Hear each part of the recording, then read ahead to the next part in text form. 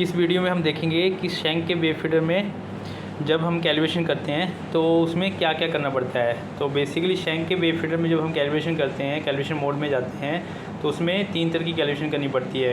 एक करनी पड़ती है टेयर कैलिब्रेशन, दूसरी होती है इम्पल्स पर बेल्ट कैलकुलेशन और तीसरी होती है स्पैन कैलिब्रेशन। तो इम्पल्स पर बेल्ट कैलकुलेशन करने के लिए सबसे पहले हमें कुछ चीज़ें ध्यान में रखनी पड़ती हैं। पहली चीज़ तो ये ध्यान में रखना है कि जो साइड पे हमारा टैको लगा हुआ है, टैको भी लगा हुआ है, उसमें नंबर ऑफ़ टीथ कितने हैं। दूसरा, उसका एक रेवोल्यूशन टाइम, बेल्ट को एक कंप्लीट चक्कर लगाने के लिए कितना टाइम लगता है। ठीक है, जब हमें ये सब चीज़ें पता होंगी, तो सबसे पहले हम उसकी वैल्यू निकालेंगे, टैको की वैल्यू। टैको की वैल्यू कैसे निकलेगी कि मैंने जैसे मान लीजिए सबसे पहले मुझे कंट्रोलर को वॉल्यूमेट्रिक मोड में डालूंगा, उसको मैं 60 हर्ट्ज़ पे चलाऊंगा, मैक्सिमम सेट पॉइंट पे जो भी वेव फीडर की कैपेसिटी उस पर रन करूंगा और वेव फीडर को रन करके ड्राइव की फ्रिक्वेंसी देखूंगा कि ड्राइव की फ्रिक्वेंसी मेरी 60 हर्ट्ज़ पहुंच गई है। उसके बाद टैको की वैल्यू को टैको का एक पैरामीटर आता है, सेटअप में जाके उसमें टैको की वैल्यू को कंट्रोलर के ऊपर में चेक करूँगा। तो जैसे अभी मान लीजिए मैंने 60 हर्ट्ज़ पे कंट्रोलर को चलाया और उस कंट्रोलर को जब मैं 60 हर्ट्ज़ पे चलाता हूँ तो बेल्ट का एक रेवोल्यूशन टाइम कंप्लीट करने में 42.5 सेकंड लगते हैं। अब जब मैं टैको की वैल्यू कैलकुलेट करूँगा कि जब 60 हर्ट्ज़ पे चला रहा हूँ, ठीक है, तो मेरा एक जो टैको की वैल्यू वो कितनी आनी चाहिए। तो कैसे आएगी, सबसे पहले टैको की वैल्यू, टैको के टीथ कितने, ड्राइव कितने आरपीएम पे रन कर रही है और कितने हर्ट्ज़ पे है। ठीक है, तो जब मेरा टैको 1 मिनट में मतलब 1 सेकंड में कितनी पल्स कैलकुलेट करेगा, तो वो कैलकुलेट करेगा 300 पल्स 1 सेकंड में।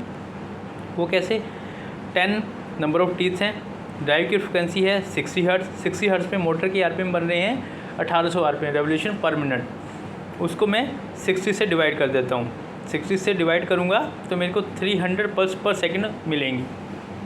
अभी ये तो आ गई मेरे पास पल्स।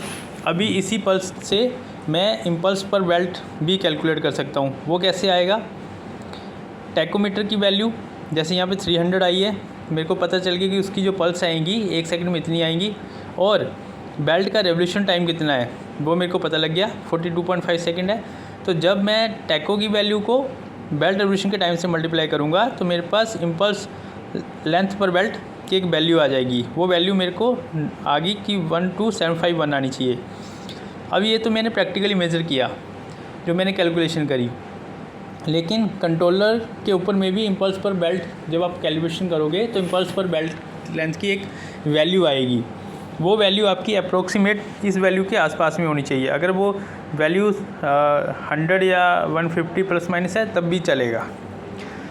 अभी स्पीड कैलकुलेशन करते हैं कि करनी कैसे है कंट्रोलर से। तो सबसे पहले हम जाएंगे कैलिब्रेशन में, मीनू में जाएंगे, मीनू के बाद गो टू कैलिब्रेशन जाएंगे, वहाँ से हम सिलेक्ट करेंगे पल्स पर बेल्ट। लेकिन ये सब करने से पहले हमें कंट्रोलर के अंदर में कुछ पैरामीटर डालने पड़ेंगे।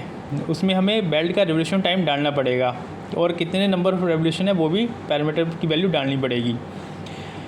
वो सब जब हमने डाल दिया उसके बाद हम सेलेक्ट पल्स पर बेल्ट करेंगे, एंटर करेंगे तो पासवर्ड पूछेगा। पासवर्ड डालना है 7353। पासवर्ड डाल के जैसे ही एंटर करोगे तो इम्पल्स पर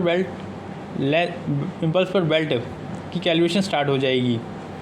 और ये कितनी देर के लिए करेगा, ये 42.5 सेकंड के लिए करेगा, जो वैल्यू हमने उसमें डाल रखी है।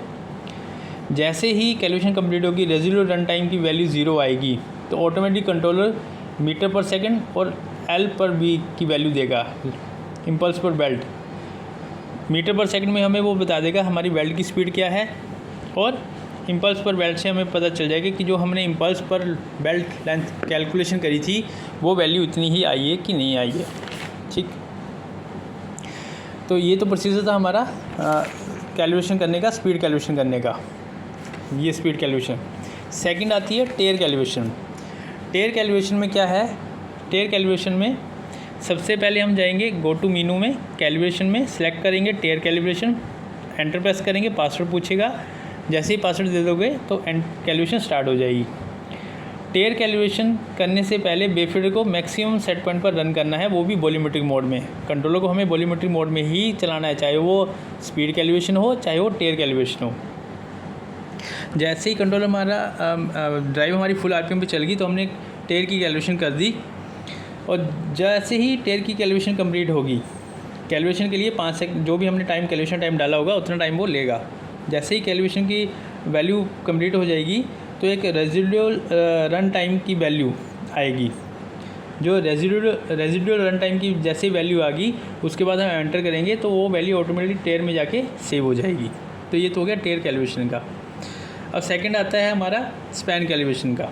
तो स्पैन कैलिब्रेशन में क्या है, सेम वही तरीका है। हम वेव फीडर को रन करना है फुल आरपीएम पे, ठीक है। उसके बाद हमने उसके ऊपर में बेट रखना है जो कैलिब्रेशन बेट है। वेव फीडर के केस में कैलिब्रेशन बेट जो साइड पे है वही कैलिब्रेशन बेट जो है वो कैलिब्रेशन पैरामीटर में डालेंगे कैलिब्रेशन बेट के, ठीक है। वो डाल दी हमने। उसके बाद पासवर्ड देंगे। पासवर्ड देने के बाद रेजिडुअल रन टाइम स्टार्ट आएगा। जैसे ये टाइम अपना 0 हो जाएगा कंप्लीशन के बाद तो सेट और एक्ट की एक वैल्यू आएगी। जो सेट और एक्ट की एक वैल्यू आई है वो आपको नोट डाउन कर लेनी है, और उस वैल्यू को हमें डालना है P4 0.2 के पैरामीटर में, रेंज करेक्शन में। जैसे ही रेंज करेक्शन में डाल देंगे तो ये हमारी स्पैन की कैलिब्रेशन कंप्लीट हो जाएगी। अब ये तो हो गया हमारा स्पैन कैलिब्रेशन का। कैलिब्रेशन वेट क्या है? कैलिब्रेशन वेट वो वेट है जो हमने साइड पे वेव फीडर पे हैंग किया हुआ है। ये वेट जो लोड दिखाता है कंट्रोलर में, ये वो वेट है। तो ये कैसे आएगा? जैसे हम साइड पे वेट रखेंगे उसको लीवर रेशियो से मल्टीप्लाई करेंगे। वेव फीडर के केस में लीवर रेशियो की वैल्यू 1 आती है, तो जैसे हम साइड पे जो वेट रखेंगे वो वेट हमारा कंट्रोलर में भी सेम वेट दिखाई देगा।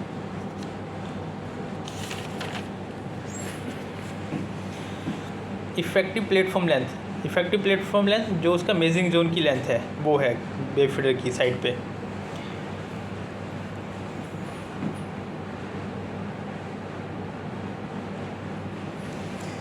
ये कुछ इसके इंपॉर्टेंट पैरामीटर हैं जो हमेशा ध्यान में रखने हैं। Calibration weight, AI set point जो DCS से आ रहा है वो हमारा P14 P17 में जाके उसको हम स्केल करते हैं।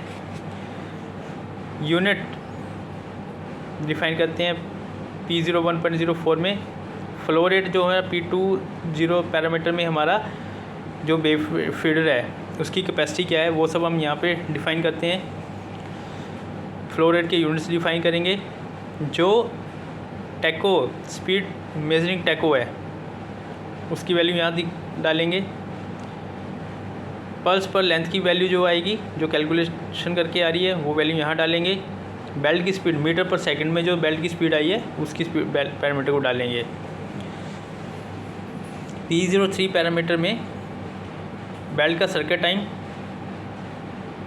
बेल्ट का रेवोल्यूशन टाइम आ गया। बेल्ट कितनी देर, कितना रेवोल्यूशन टाइम कितने साइकिल का है, मतलब 1 साइकिल लिया हमने कि 2 साइकिल लिया वो डालेंगे। लोड सेल के मिलीवोल्ट्स आ गए।